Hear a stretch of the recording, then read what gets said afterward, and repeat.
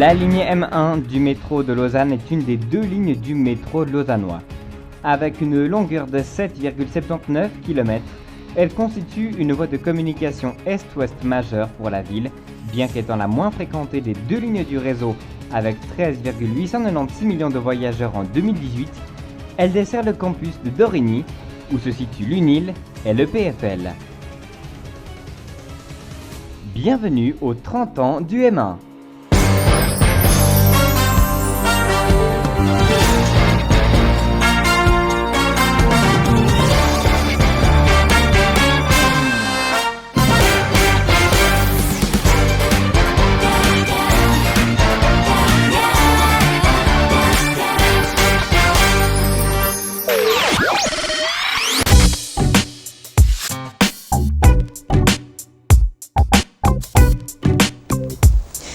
Bonjour à toutes et à tous, il est 9h15, bienvenue pour ce 6e épisode des 30 ans du M1. On parle de la desserte, de la signalisation et des différents passages à niveau de la ligne M1. La ligne fonctionne du lundi au samedi de 5h15 à minuit 45 du matin et les dimanches c'est fait de 5h50 à minuit 45 du matin. Le parcours complet demande 19 minutes. Aux heures de pointe, en semaine, hors période de vacances universitaires, des services partiels sont intercalés à raison d'une rame sur deux, du Flon à la station Unil-Sorge et de Renan-Gare à la station EPFL. De même, en début et fin de service, les 3 premiers et derniers services sont systématiquement limités car les rames entrent ou sortent du dépôt à ces services. Aux heures de pointe, en semaine, la fréquence est d'environ 5 minutes contre 7,5 minutes en heure creuse et durant les vacances universitaires en journée et 10 minutes tôt le matin et le soir. Le samedi, elle est de 10 minutes en journée et de 12 en matinée et en soirée. Et les dimanches est faite de 15 minutes le matin, 10 en journée, 12 le soir. Les TL assurent la planification et la coordination des déplacements des athlètes présents à Lausanne et à Saint-Moritz pendant les Jeux Olympiques de la Jeunesse, ainsi que des quelques dizaines de milliers d'écoliers vaudois inscrits pour assister aux compétitions. Les TL se chargent de la coordination entre toutes les compagnies de transport public impliquées.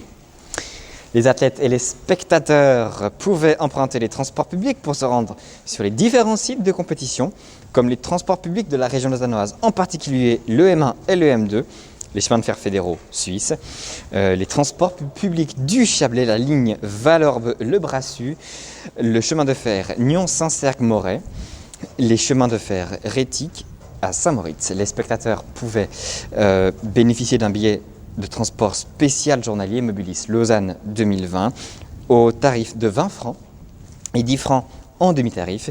Il était disponible pour se rendre au site de compétition de Lausanne 2020, hors Saint-Moritz, depuis n'importe quel point d'accès du réseau Mobilis.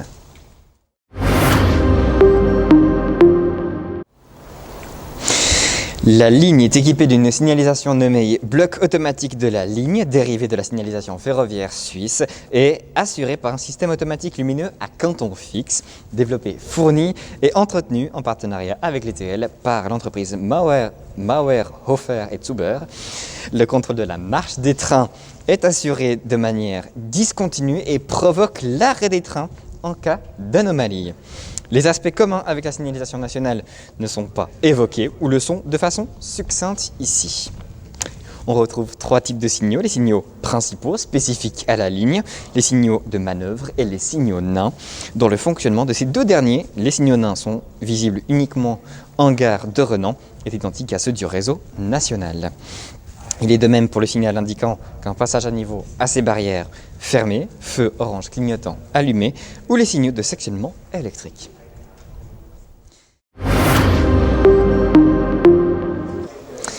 La ligne possède depuis 2013 19 passages à niveau, dont la plupart sont protégés par des barrières automatiques et dont 5 sont à usage piétonnier et exclusivement. La réglementation en vigueur ne diffère pas de celle du réseau ferré suisse. 3 passages à niveau ne sont pas protégés par des barrières automatiques. Le passage à niveau nommé entretien Unil possède des barrières manuelles verrouillées par un cadenas. Celui de la centrale de chauffe ne possède que des feux rouges clignotants. Et celui de la station de pompage est protégé par des chicanes mobiles. Jusqu'en 2013, la ligne comptait un 20e passage à niveau piétonnier à la station EPFL, remplacé par une passerelle piétonne.